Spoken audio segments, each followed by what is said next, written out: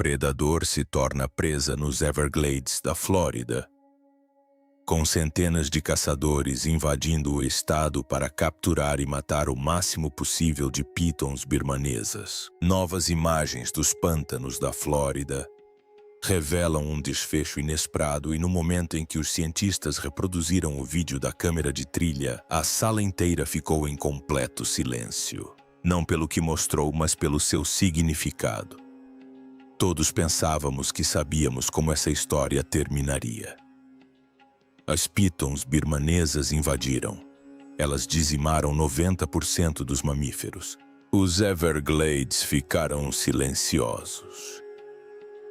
Já ouvimos essa história centenas de vezes, mas essas imagens foram gravadas no ano passado no interior da Reserva Nacional Big Cypress. E o que elas capturaram é algo que 2 décadas de pesquisa de campo, intervenção governamental e milhões de dólares em equipamentos de caça de alta tecnologia jamais conseguiram produzir. Algo mudou dentro daquele pântano. Algo que ninguém projetou, ninguém planejou e ninguém previu. Os cientistas que assistem a essas imagens não estão comemorando. Também não estão em pânico. Estão fazendo algo muito mais perturbador. Estão fazendo uma pergunta para a qual ninguém ainda tem a resposta. Os Everglades não eram apenas um pântano. Esse é o primeiro erro que as pessoas cometem. Era um rio de grama de fluxo lento. 1,5 milhão de acres de natureza subtropical que se estendia pelo sul da Flórida, filtrando água potável para milhões de pessoas, absorvendo ondas de tempestade e regulando os padrões climáticos. Os cientistas estimaram seu valor ecológico em mais de 31 bilhões de dólares por ano. Não pelo turismo, mas pelo que realmente fazia a proteção contra enchentes, a recarga do aquífero, a complexidade biológica que levou milhares de anos para se formar. E a vida ali era impressionante. Enormes bandos de aves pernaltas escureciam o céu sobre as pradarias de capim-navalha. Jacarés patrulhavam todos os canais. Guaxinins, linces, gambás, veados de cauda branca. A teia alimentar era profunda, estratificada, autossustentável, ancestral. Esse sistema funcionava ininterruptamente desde antes da memória humana. Então o céu escureceu. Em agosto de 1992, o furacão Andrew atingiu o sul da Flórida como um monstro de categoria 5, com ventos uivando a mais de 265 km/h. Bairros inteiros foram arrasados em menos de 1 hora. Em meio aos destroços, um criadouro de répteis perto de Miami foi destruído. Quando os ventos finalmente cessaram, um número desconhecido de pitons birmanesas havia escapado para os pântanos e desaparecido. Mas eis a questão: Andrew não era o único problema. Nem era o principal problema. Ao longo da década de 1990, as pitons birmanesas eram o animal de estimação exótico do momento. As pessoas as compravam em exposições de répteis por $10 americanos, pequenas o suficiente para caberem na palma da mão, legais o suficiente para se gabarem em festas. O que elas não previram foi o que aconteceria depois. Essas cobras não permanecem pequenas. Uma cobra que cabe na palma da mão se transforma em um predador de 3 metros e 23 quilos em apenas alguns anos. Donos de animais de estimação sobrecarregados fizeram a única coisa que lhes veio à mente. Dirigiram até a beira dos Everglades e as soltaram. Disseram a si mesmos que estavam libertando os animais. O que estavam fazendo, na verdade, era introduzir uma arma biológica no ecossistema mais vulnerável da América do Norte. E simplesmente ir embora. Por anos ninguém prestou atenção. As pitons se moviam silenciosamente pela vegetação rasteira, invisíveis, se multiplicando nas sombras. E os Everglades eram a tempestade perfeita de oportunidades. O calor, a umidade, A oferta infinita de animais nativos que passaram milhares de anos evoluindo sem nenhuma experiência, com um predador de emboscada de 18 quilos, capaz de prender a respiração debaixo d'água por 30 minutos e detectar o calor corporal de um mamífero de sangue quente na escuridão total. A piton birmanesa é uma obra-prima da engenharia da destruição. Suas escamas proporcionam uma camuflagem quase perfeita contra a grama seca e a água turva. Dobras sensíveis ao calor ao longo de suas mandíbulas leem assinaturas térmicas a metros de distância. Um guaxinim se movendo na escuridão não tem ideia de que a cobra está ali até que ela já esteja enrolada em sua caixa torácica. E então há a reprodução. Uma única fêmea põe até 100 ovos por ninhada. Sem predadores naturais, a população cresceu exponencialmente. Hoje, as estimativas apontam que a população de pitons birmanesas varia entre 100 mil e 300 mil indivíduos circulando pelo sul da Flórida. Um estudo marcante, publicado nos anais da Academia Nacional de Ciências, apresentou números que impressionaram a comunidade científica. Nas zonas mais afetadas dos Everglades, a população de guaxinins diminuiu 99%. A de gambás caiu 98%. A de lince pardos 87%. Em certas áreas de estudo, coelhos do brejo e raposas haviam praticamente desaparecido, não diminuído, mas sim eliminado. E tem mais. Biólogos que passaram décadas estudando os Everglades descreveram algo que mal conseguiam expressar em palavras. Chamaram isso de silêncio. Dirigir quilômetros por um habitat que antes era cheio de vida e não ver nada. Nenhum movimento na vegetação rasteira, nenhum animal atravessando a estrada. Apenas uma região selvagem, vazia e silenciosa. A base da cadeia alimentar havia sido consumida por baixo de tudo. Os invasores encontraram o paraíso e estavam devorando-o por completo, caçando fantasmas na grama. A primeira resposta da Flórida pareceu vista de fora uma jogada publicitária disfarçada de conservação. Eles lançaram o desafio da Piton da Flórida. O desafio da Piton acaba de terminar nos Everglades. O objetivo era se livrar das cobras invasoras. Um convite aberto para qualquer um corajoso o suficiente para se aventurar no pântano e caçar os invasores. Prêmios em dinheiro, pagamento por hora, espetáculo anual. Em 2024, o total capturado foi de 195 pitons. Os cálculos eram brutais. Remover 200 cobras de uma população de 300 mil é como tentar esvaziar o Atlântico com uma concha de sopa. Desde 2017, caçadores profissionais remunerados removeram mais de 23 mil cobras no total. Ainda assim, provavelmente menos de 5% da população. Os drones térmicos falharam porque as pitons são de sangue frio e os Everglades já são quentes. Os coelhos robôs falharam porque os predadores de emboscada não perseguem iscas mecânicas. O programa da Cobra Judas funciona, mas está longe de ser rápido o suficiente. A questão é a seguinte: a tecnologia estava falhando.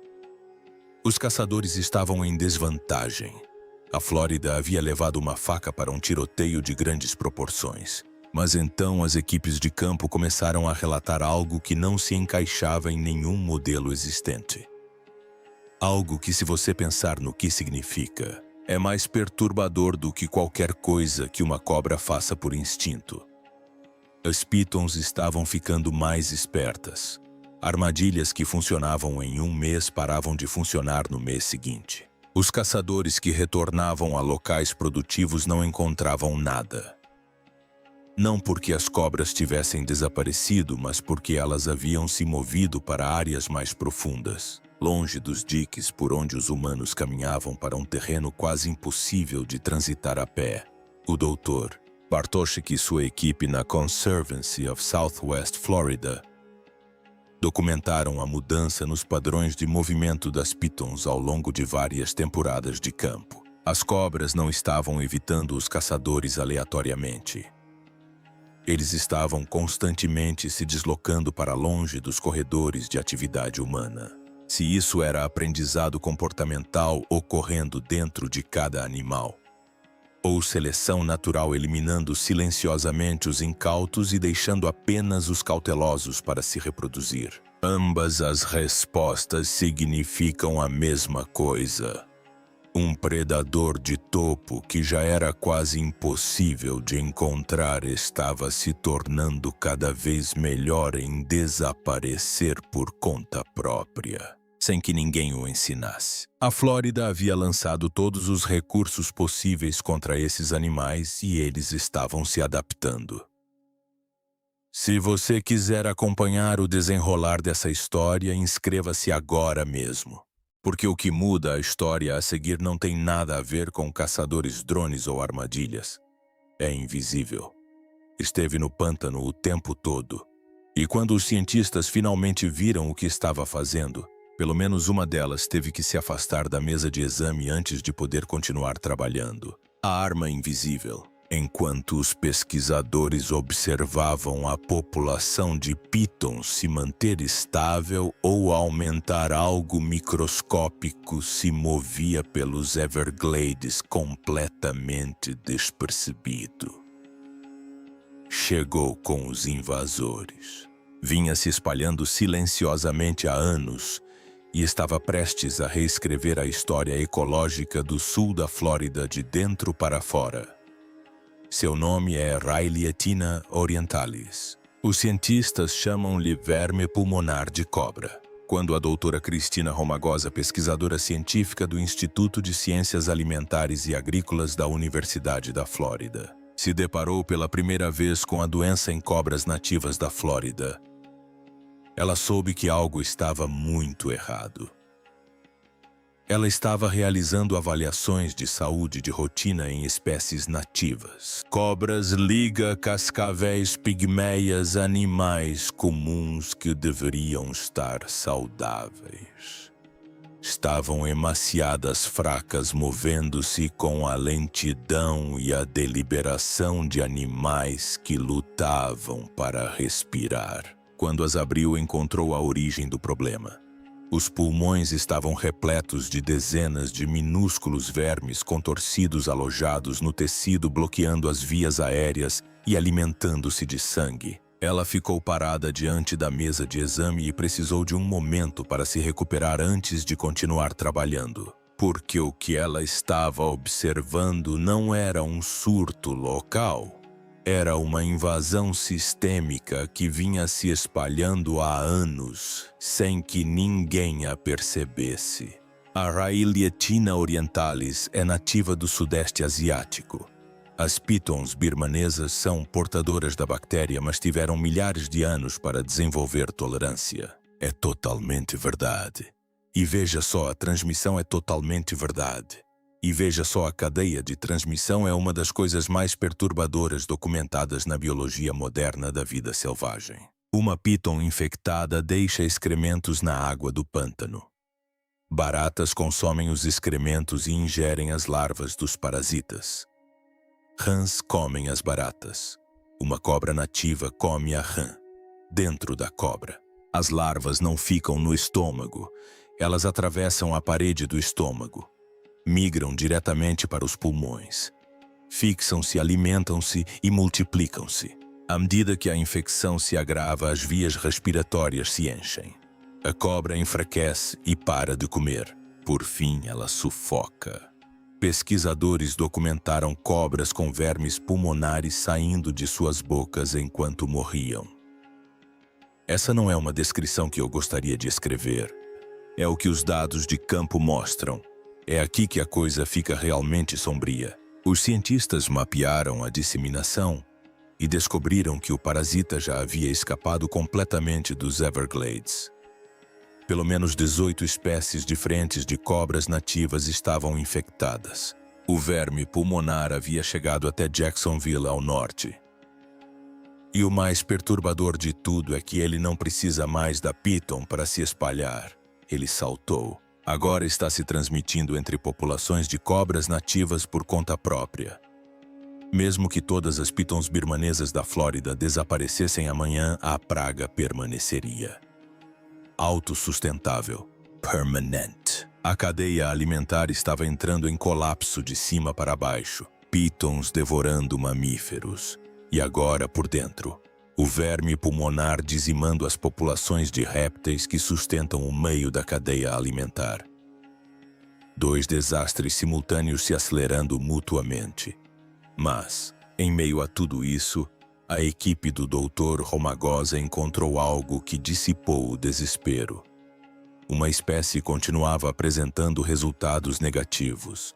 A mocassim d'água da Flórida. Uma víbora venenosa encontrada em todo o mesmo habitat infectado não apresentava nenhum sinal de infecção pelo verme pulmonar em diversos locais de pesquisa e temporadas de campo. Sem vermes, sem dificuldade respiratória, nada. Ninguém conseguia explicar. Algo na biologia da mocassim d'água estava criando um ambiente hostil para o parasita.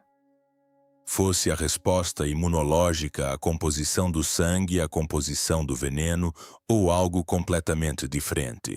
O mecanismo era desconhecido, mas a implicação era enorme.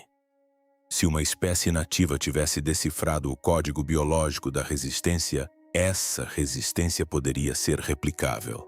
Poderia ser a chave para tudo. Os cientistas classificaram isso como a questão mais urgente e sem resposta na biologia da vida selvagem da Flórida. E enquanto ainda buscavam respostas, a Flórida anunciou um plano tão contra-intuitivo que toda a internet o considerou insano. Eles iriam soltar mais cobras. O rei retorna. Quando a notícia de que autoridades da Flórida planejavam soltar centenas de cobras na natureza se espalhou, a reação foi imediata e implacável. Será que a Flórida não tem cobras suficientes? As pessoas citaram os sapos cururu introduzidos na Austrália em 1935 para controlar besouros. Uma solução humana que se tornou uma catástrofe ecológica. O escárnio foi instantâneo. Mas eis a questão. Não se tratava de uma cobra qualquer. O animal que estavam soltando era o legítimo predador do solo da floresta, retornando a um reino do qual fora expulso pelo desenvolvimento humano décadas atrás. A cobra índigo oriental, a cobra nativa mais longa da América do Norte, chegando a medir até 2 metros. Escamas de um azul escuro iridescente que captam a luz como metal polido.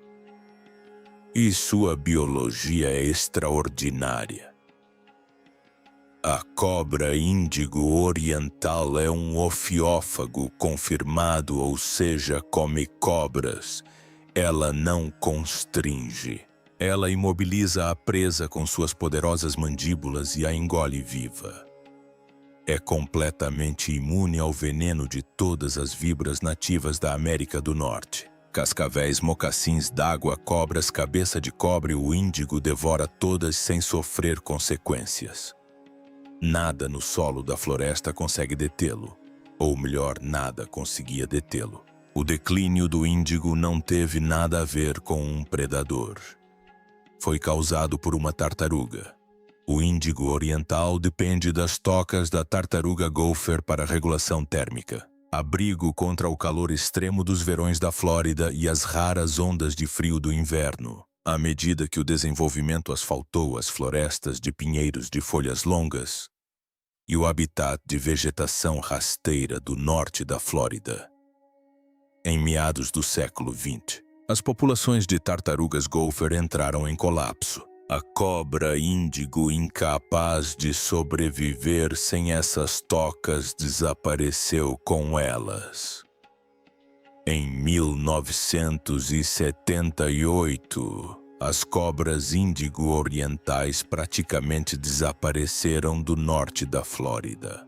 Durante décadas, silenciosamente e quase sem serem notadas, grupos de conservação trabalharam para reverter essa situação, criando cobras índigo em cativeiro, restaurando florestas de pinheiros de folhas longas, reintroduzindo tartarugas gopher em locais preparados na reserva Apalachicola Bluffs and Ravines e construindo a infraestrutura ecológica necessária para que qualquer soltura pudesse ser bem-sucedida. Então, no final de 2023, uma câmera de trilha na reserva capturou imagens que fizeram a equipe de pesquisa interromper todos os seus trabalhos. O Dr. Kevin Eng, herpetólogo da Comissão de Conservação de Peixes e Vida Selvagem da Flórida, e um dos principais cientistas responsáveis pela reintrodução da cobra índigo, foi um dos primeiros a presenciá-la.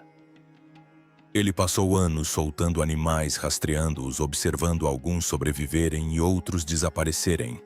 Na tela, duas pequenas crias de cobra índigo oriental se moviam pela vegetação rasteira. Não eram cobras soltas, nascidas na natureza, vivas. As primeiras cobras índigo orientais nascidas em estado selvagem no norte da Flórida em aproximadamente 50 anos.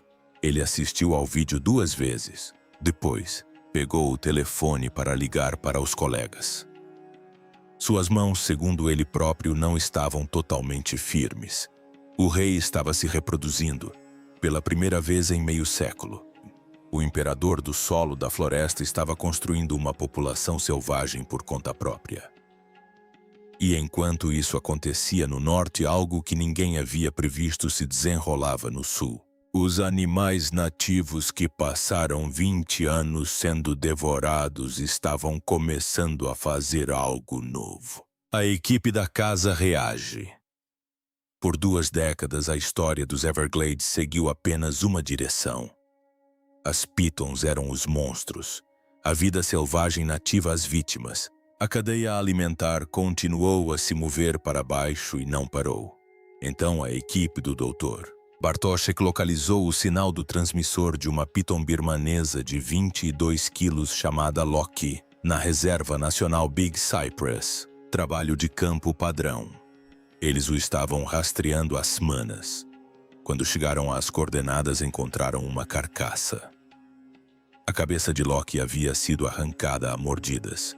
Uma câmera de trilha próxima havia registrado todo o encontro.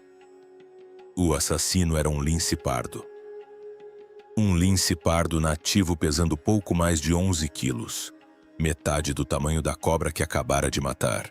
Ele perseguiu a piton, encontrou sua abertura, atacou no ângulo exato e venceu. Bartoszek analisou as imagens e, segundo colegas presentes, ficou em silêncio por alguns segundos antes de dizer que precisavam retirar imediatamente todas as outras câmeras da área. E não era um caso isolado. Relatos chegaram de toda a região sul da Flórida. Jacarés emboscando pitons menores em cursos d'água. Uma pantera da Flórida filmada abatendo uma cobra de porte médio no capim navalha. Predadores nativos de diversas espécies estavam identificando as vulnerabilidades da piton. A lentidão após uma grande refeição à exposição durante a travessia de rios e lagos. Os breves momentos de descuido em que até mesmo um predador de emboscada perfeito não está totalmente alerta. A questão é a seguinte: isso não é uma reviravolta. As pitons ainda estão vencendo pela superioridade numérica. Um único lince pardo não pode desfazer 20 anos de destruição. Mas a dinâmica mudou. Não se trata mais de um massacre unidirecional. É pela primeira vez uma guerra. E guerras podem mudar de rumo num único momento que ninguém previu. O que nos leva de volta àquela filmagem.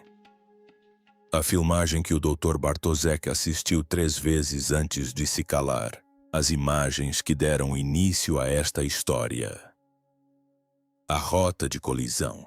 É aqui que todos os fios desta história convergem para algo que ninguém planejou e que ninguém ainda compreende completamente. As cobras índigo orientais soltas no norte da Flórida estão se espalhando para o sul. Dados de câmeras de trilha da reserva Apalachicola e dos corredores de habitat circundantes mostram a população nascida na natureza expandindo seu território. Ao mesmo tempo, a população de pitons birmanesas tem avançado constantemente para o norte, acompanhando o aumento das temperaturas e os cursos d'água que conectam o sul da Flórida ao resto do estado. Essas duas populações estão em rota de colisão. Ninguém sabe exatamente onde ou quando isso acontecerá. Mas vai acontecer. Uma cobra índigo oriental imune ao veneno, agressiva e que evoluiu especificamente para caçar outras cobras, confronta uma piton birmanesa que pesa 18 quilos a mais. A estratégia da cobra índigo não se baseia no tamanho. Ela se baseia na velocidade, na força da mandíbula e na recusa absoluta em soltar a presa. Ela já derrotou cascavéis. Ela já derrotou mocassins d'água. Ela nunca encontrou nada parecido com uma piton birmanesa adulta. Ninguém jamais documentou essa luta. Mas é aqui que a coisa complica, de certa forma. A empolgação com o retorno do índigo faz com que seja fácil ignorar o problema. O verme pulmonar está se espalhando para o norte. Se o índigo oriental expandir seu território para o sul, em direção a áreas infectadas antes que alguém tenha respostas sobre sua resistência, ele cairá direto em uma armadilha biológica. O parasita, que já passou das pitons birmanesas para 18 espécies nativas, pode atingir o único animal que deveria salvar o ecossistema antes mesmo que ele tenha a chance de lutar. 50 anos de trabalho de conservação chegando exatamente no momento errado. Caminhando direto para a Iotella orientalis, uma espécie de libélula sem defesas conhecidas. Esse foi o resultado revelado pelas câmeras. Não uma vitória fácil, nem um colapso final.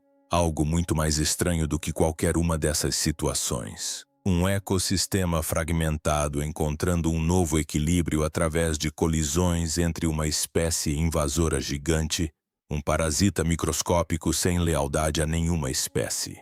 Um predador ancestral retornando da beira da extinção e animais nativos que passaram 20 anos sendo dizimados e agora começam a lutar. Os linces estão aprendendo.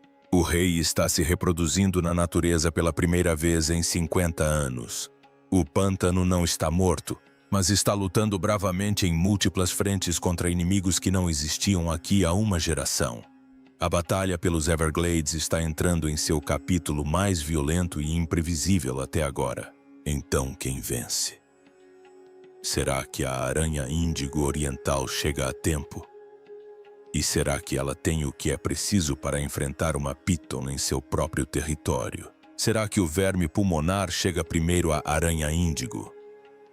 E será que o projeto de restauração de meio século termina antes mesmo da colisão acontecer? Será que a misteriosa resistência da mocassim d'água revela a cura? Será que o comportamento aprendido pelo lince pardo se espalha rápido o suficiente para fazer diferença? Ninguém tem essas respostas ainda. E é exatamente isso que torna as imagens dos pântanos da Flórida tão extraordinárias.